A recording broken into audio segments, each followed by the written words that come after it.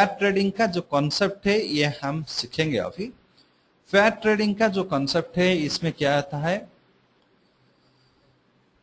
कुछ रेशियोस लगते हैं, उसको बोलते हैं कि जेनसेन अल्फा एक रेशियो होता है, शार्प रेशियो एक होता है, ट्रेनर रेशियो एक होता है। तीनों रेशियोस इसमें लगते हैं। एंड ये जो रेशियोस लगते हैं, इस रेशियोस में इंटरेस्ट रेट लिया जाता है, बीटा लिया जाता है, ये सारे उनका फॉर्मूलेज है। सो जिस स्टॉक का हायर जेनसेन अल्फा है वो कॉस्टलियर है, जिसका सपोज एक्स एंड वाई दो स्टॉक आप ले लिए, जिस स्टॉक का जेनसेन अल्फा हाई है वो कॉस्टली है as compare to Y. Y से वो महंगा है। एक्स एंड वाई का, वाई में से अगर कंपेयर करेंगे तो कौन महंगा है, तो एक्स महंगा है अगर उसका जेनसेन अल्फा ज्यादा है वाई से। इसी हिसाब से शार्प रेशियो अगर ज्यादा है तो एक्स महंगा है, अगर एक्स का ट्रेनर रेशियो वाई से ज्यादा है तो एक्स महंगा है। तो ये तीनों रेशियो आपको ये बताते हैं कौन महंगा है एंड कौन सस्ता है वही पर्टिकुलर टाइम में, उसी टाइम में। एंड इसमें उसके बाद में हम दो पैरामीटर इसमें स्टडी करते हैं, अल्फा एंड बीटा। ये बीटा क्या बताता है, बीटा अगर नेगेटिव है then both the stocks opposite direction में मूव करेंगे। पॉजिटिव है बीटा तो both will move in the same direction. अगर जीरो होता है बीटा तो दोनों में कोई रिलेशनशिप नहीं रहेगा। ये बताता है बीटा का रिलेशनशिप। एंड बीटा का रिलेशनशिप ये बताता है। एंड ये बीटा होता क्या है, इसको बोलते हैं सेंसिटिविटी। अगर मैं बताता हूं एक्स एंड वाई का बीटा 1.23 है, इसका ये मतलब निकलता है अगर एक्स 1% ऊपर जाता है देन वाई 1.23% ऊपर जाएगा।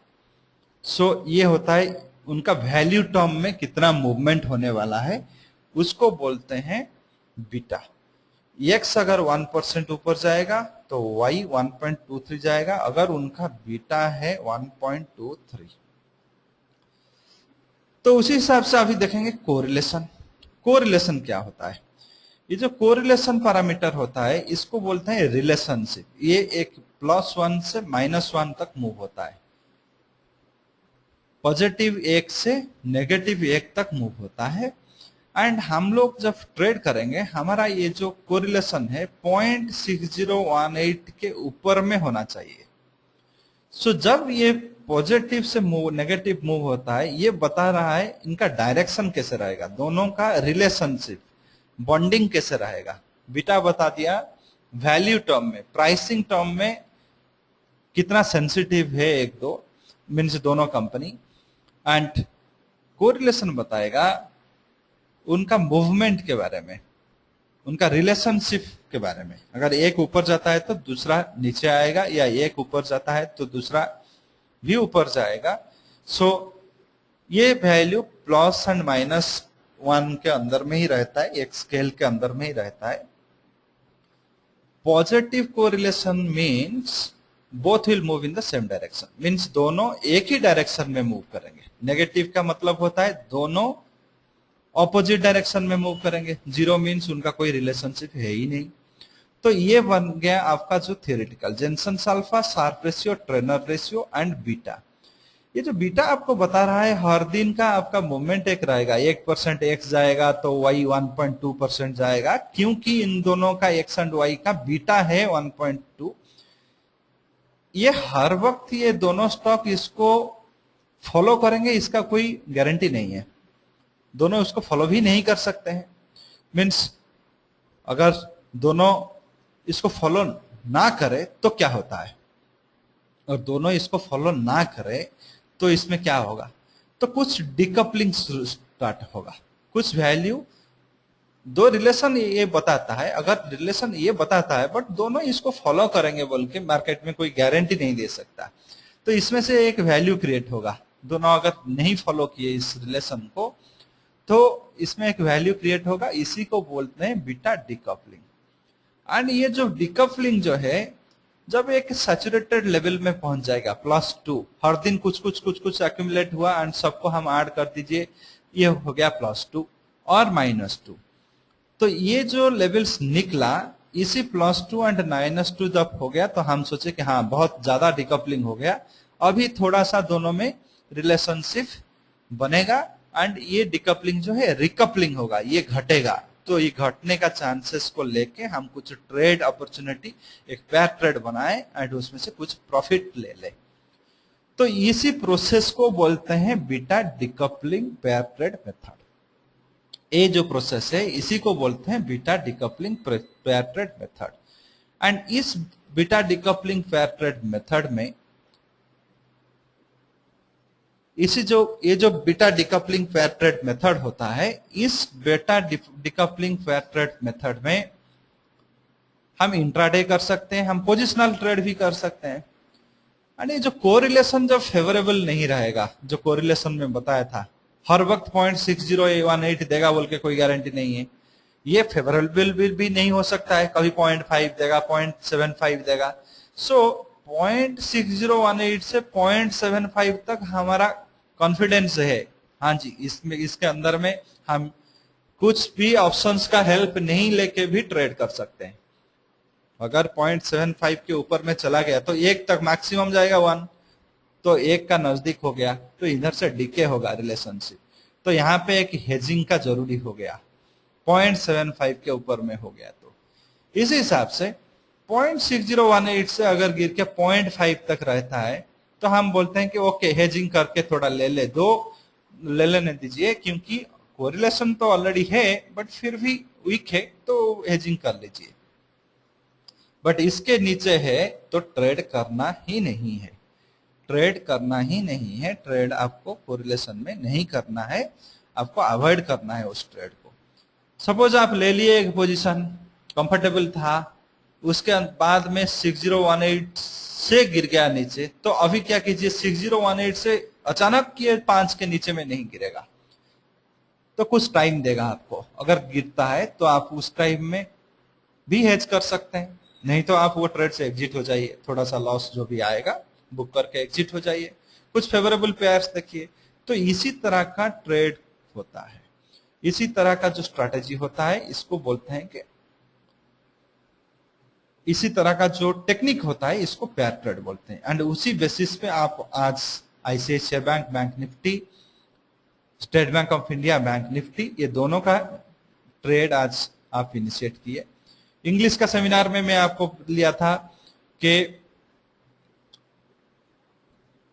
इन्फोसिस एंड टीसीएस, उसमें भी अच्छा प्रॉफिटेबिलिटी अभी है, फिलहाल डे एंड में भी बहुत अच्छा प्रॉफिट था। तो जो टेक्निकल पैरामीटर इसमें होता है, दोनों स्टॉक सेम इंडस्ट्री का होना चाहिए, सेम सेक्टर का होना चाहिए, एंड दोनों स्टॉक के बीच में जो बिजनेस है वो कंपनी का, दोनों में कुछ सिमिलरिटी होना चाहिए। यह है फंडामेंटली आपको स्टॉक चॉइस करने के लिए।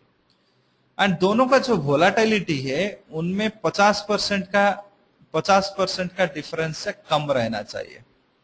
एंड जो हाई वोलाटिलिटी स्टॉक होगा उसको एक्स लेंगे, जो लो वोलाटाइल स्टॉक होगा उसको वाई लेंगे।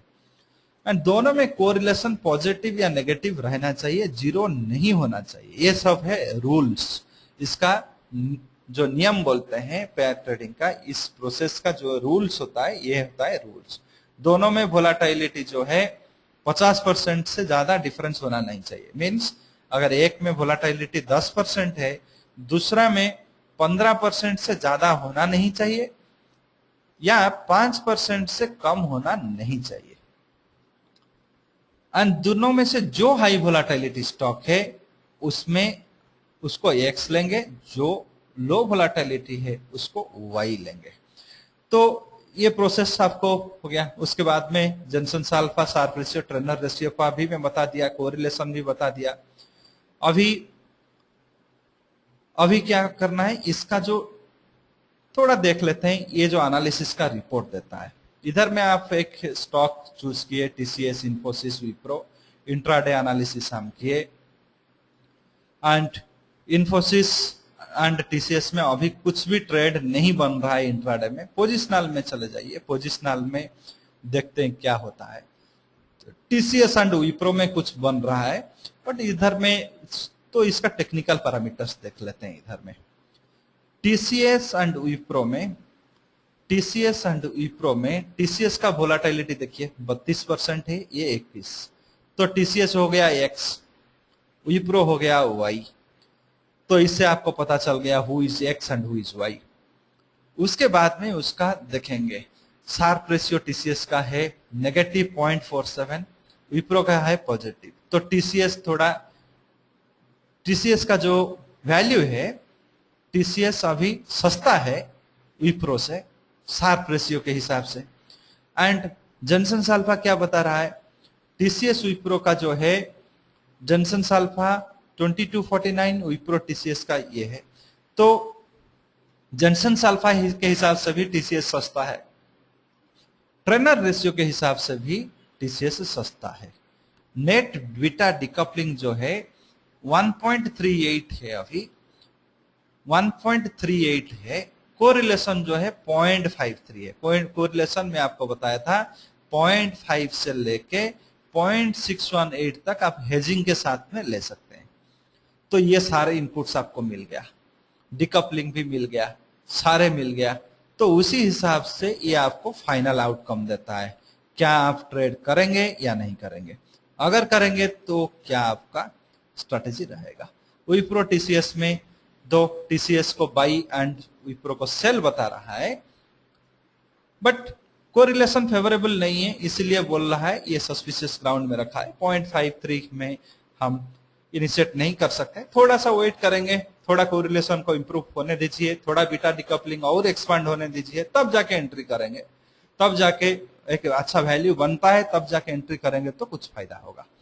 तो ये होता है आपका पेयर ट्रेडिंग का जो एनालिसिस, इसी हिसाब से किया जाता है। तो आज का जो एनालिसिस हम किए, आपको तो जो लोग लेट में ज्वाइन किए उनको भी बता देता हूं।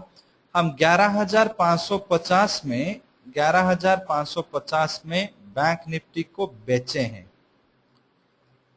एंड हम उसी टाइम में 1915 में मीन्स स्टेट बैंक को खरीदे हैं, एंड उसी टाइम में भी 11,550 में हम बैंक निफ्टी को बेचे हैं, एंड 1046 में हम आईसीआईसीआई बैंक को खरीदे हैं। एंड इसमें ट्रेड विथ हेजिंग बता रहा था, इसीलिए आईसीआईसीआई बैंक का 1020 का पुट ऑप्शन, बैंक निफ्टी का 11,800 का कॉल ऑप्शन एंड 1900 का पुट ऑप्शन एसबीआई का हम खरीदे हैं।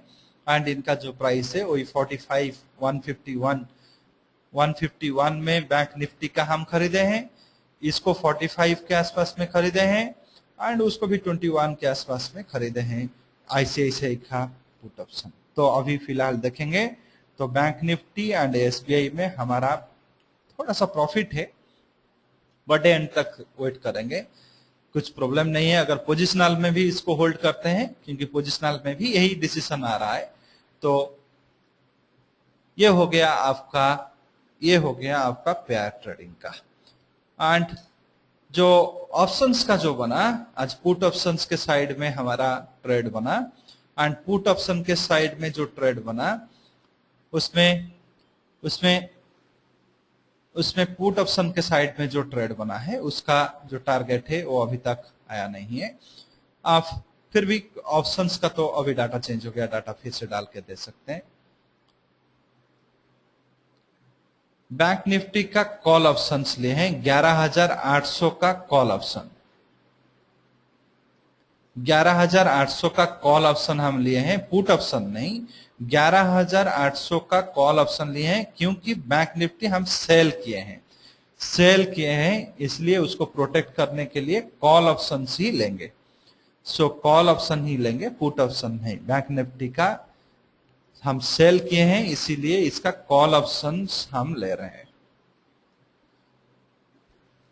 And ICICI bank and state bank of India हम खरीदे हैं, उसके लिए हेज करने के लिए, जिसको आप खरीद रहे हैं उसको हेज करने के लिए पुट ऑप्शन चाहिए, जिसको आप बेच रहे हैं उसको प्रोटेक्ट करने के लिए आपको कॉल ऑप्शन चाहिए। क्यों 11,800 का लिए? क्योंकि उस एनालिसिस के हिसाब से, पेयर ट्रेडिंग एनालिसिस के हिसाब से 11,800 के ऊपर में हमारा बैंक निफ्टी का अप ट्रेंड था, एंड 11,000 एंड 1865 के नीचे में एसबीआई का डाउन ट्रेंड था, एंड 1020 के आसपास में हमारा आईसीआईसीआई बैंक का डाउन ट्रेंड था। इसीलिए हम उसको लिए, एंड इसीलिए उसको हम लिए। वैल्यू में कुछ चेंजेस आया होगा जरूर, सो इसीलिए हम उसको उस स्ट्राइक का call option and put option लिए। एंड अभी पुट के साइड में हमारा दिया है, पुट ऑप्शन के साइड में हमारा डिसीजंस दिया है, तो उसी हिसाब से हमारा निफ्टी का जो बना, निफ्टी का जो पुट ऑप्शंस का जो खरीदारी हम कर किए हैं उसमें से थोड़ा सा 2-4 पॉइंट का प्रॉफिटेबिलिटी है, फिर भी निफ्टी अभी डाउन ट्रेंड का प्राइस पॉइंट में है।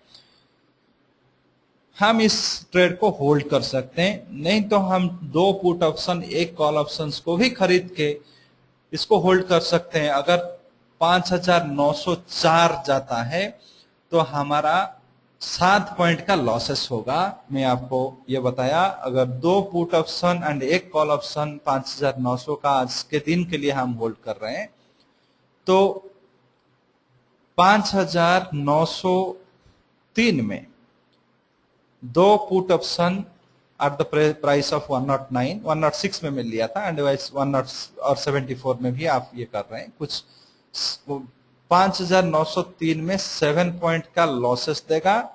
अगर 5,844 आता है तो ये थर्ड टारगेट में हमको 15 से 16 पॉइंट का गेन रह सकता है।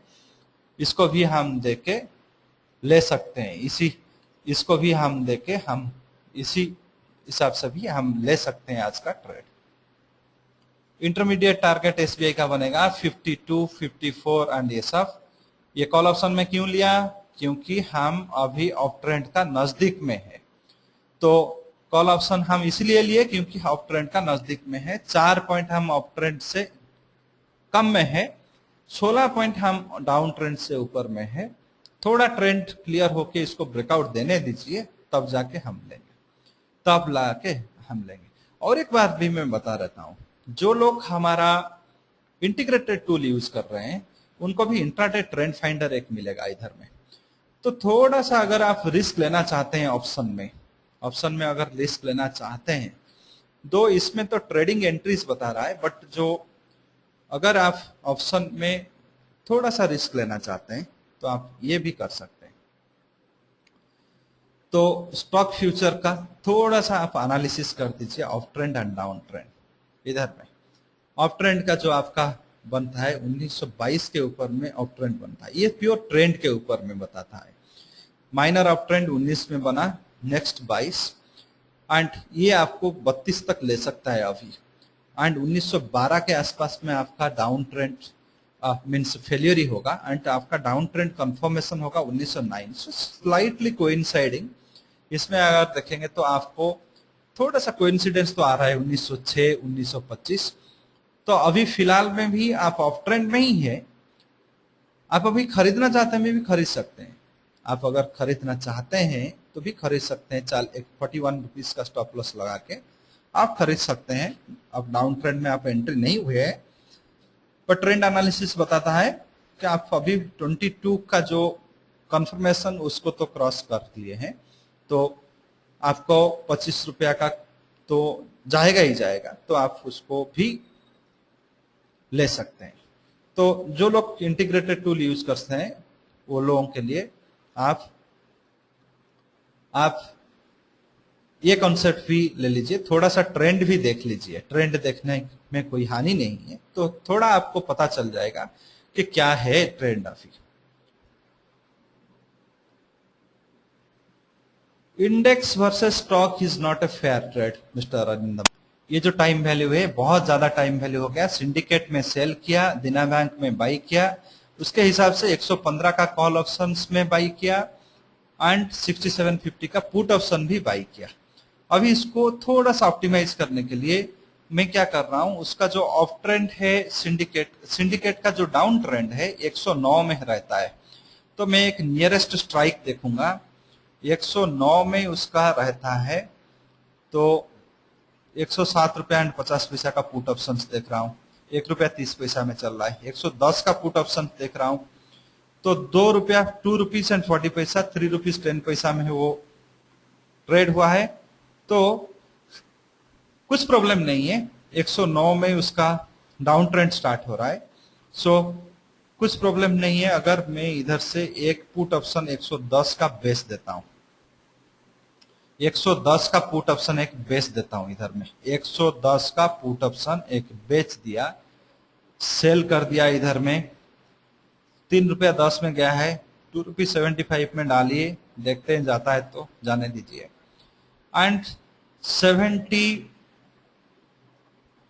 के आसपास में आपका अप ट्रेंड बनता है 74, तो 75 का कॉल ऑप्शन देखिए। ये सिर्फ मैं बेच रहा हूं क्योंकि इतना टाइम वैल्यू मैं मार्केट को देना नहीं चाहता हूं, इसीलिए इसको covered call and covered put में कन्वर्ट कर रहा हूं मैं।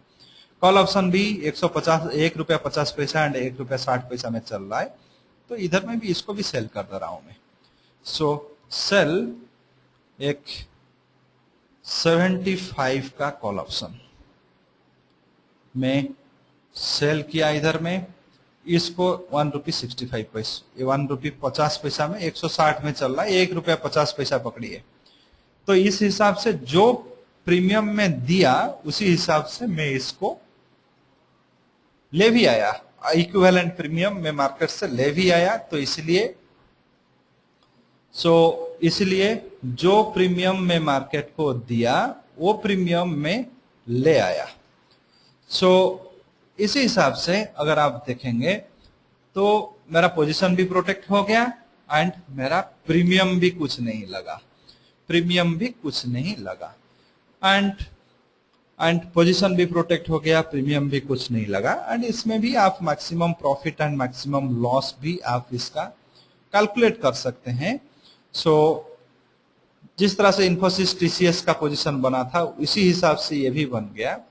तो इसमें मैक्सिमम 10 डेज का होगा, तो 3-4-5 दिन का वेट कीजिए। अगर ब्रेकआउट्स देता है तो निकल आइए, नहीं तो इसको एग्जिट हो जाइए मिनिमम लॉस में। ये क्यों मैं बेचा, क्योंकि इतना प्रीमियम 4000 का लॉट साइज है, 4000 का लॉट साइज जो है इसमें 1 रुपी 75 पैसा का प्रीमियम, इतना प्रीमियम 7000 का प्रीमियम में देना नहीं चाहता।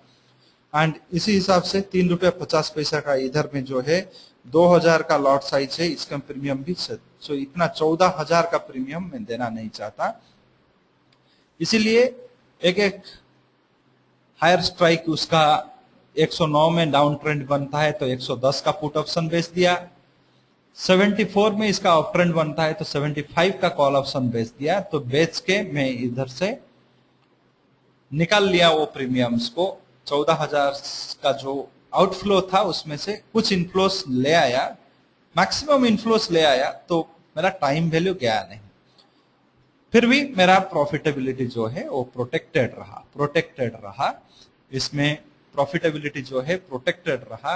क्योंकि इधर में 110 से 113 3 रुपया का डेप्थ है एंड 2 रुपया का इधर में, 5 रुपया के आसपास में मेरे को गेन है। 5 रुपया 5.75 के आसपास में गेन है। एंड इधर में भी उसी तरह से आप देखेंगे तो 70 to 75 का जो 5 रुपया का रहता है 6 रुपया के आसपास में गेन है। तो मेरा प्रॉफिट में कुछ कंप्रोमाइज नहीं हुआ 10 दिन के हिसाब से। सेम टाइम मेरा पैसा भी कुछ गया नहीं। और कुछ क्वेश्चन है तो आपको तो state bank of India and bank Nifty बहुत अच्छा प्रॉफिट दे रहा है। एसबीआई एंड बैंक निफ्टी भी आपको अभी प्रॉफिट में एंटर हो गया। इंट्राडे पेयर ट्रेडिंग में ये भी प्रॉफिट में एंट्री हो गया। उनका फोन नंबर भी दिया गया है, चेन्नई का चेन्नई का हमारा हेड ऑफिस का नंबर है 64995823, मुंबई का एंड गुजरात का, हैदराबाद का ये हमारा एसोसिएट का नंबर है। आप अगर चाहते हैं तो उनसे संपर्क कीजिए एंड उनसे, उनके पास में प्रोडक्ट्स का अवेलेबिलिटी है। ये सारे सॉफ्टवेयर जितना भी है हमारा, इसका कोई एक्सपायरी डेट्स नहीं है। एक एनुअल मेंटेनेंस कॉस्ट रहता है ऑटोमेटेड सॉफ्टवेयर का 1000 रुपया पर ईयर। अब एक सिस्टम में अगर सारे सॉफ्टवेयर भी डालते हैं, एक इंटीग्रेटेड टूल डाल दिए, एक फ्यूचर एंड ऑप्शन डाल दिए, एक ज्ञान डाल दिए, फिर भी आपका 1000 रुपया ही आएगा, 1000 प्लस 1000 प्लस 1000 नहीं आएगा। एंड ये सब सिस्टम स्पेसिफिक होता है एंड ये रियल टाइम है सारे सॉफ्टवेयर। डाटा का कुछ भी चार्जेस हम नहीं लेते हैं, सिर्फ मेंटेनेंस के लिए 1000 रुपया पर ईयर रहता है। एंड फ्यूचर्स एंड ऑप्शंस का रहता है 6500, इंटीग्रेटेड टूल का रहता है 6500, वोलाटिलिटी का रहता है 3500। वोलाटिलिटी में आप कमोडिटी इंट्राडेज भी कर सकते हैं। एंड ये सारे कोर्सेस में अगर आप इंडिविजुअली खरीदेंगे तो आपको 26,000 के आसपास में आएगा। अगर इसको सारे कोर्स फुल पैकेज लेते हैं तो 12,000 में आ जाता है। एक हेफ्टी डिस्काउंट भी हम देते हैं। सो अगर आपका कोई भी प्रोडक्ट का क्वेरी होगा तो इस नंबर पे आप संपर्क कीजिए।